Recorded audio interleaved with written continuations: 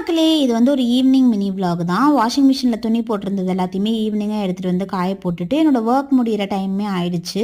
ஒரு 6:15 6:30 போல் ஒர்க் எல்லாத்தையுமே முடிச்சுட்டு ஃபர்ஸ்ட்டு நான் பண்ணது என்னென்னா குப்பை தொட்டியில் குப்பையை டிஸ்போஸ் பண்ணுறது தான்.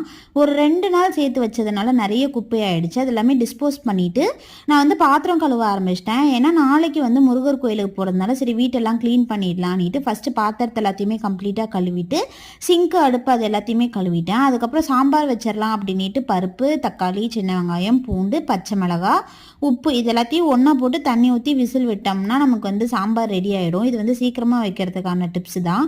ஸோ அது எல்லாத்தையுமே வச்சு முடிச்சுட்டு வீடை கூட்ட ஆரம்பிச்சிட்டேன். இருக்கிறதுலே எனக்கு பெரிய டாஸ்க் இது தான். எல்லா ரூமையும் கூட்டி முடிக்கிறதுக்குள்ளே எனக்கு சலுப்பே வந்துடும்.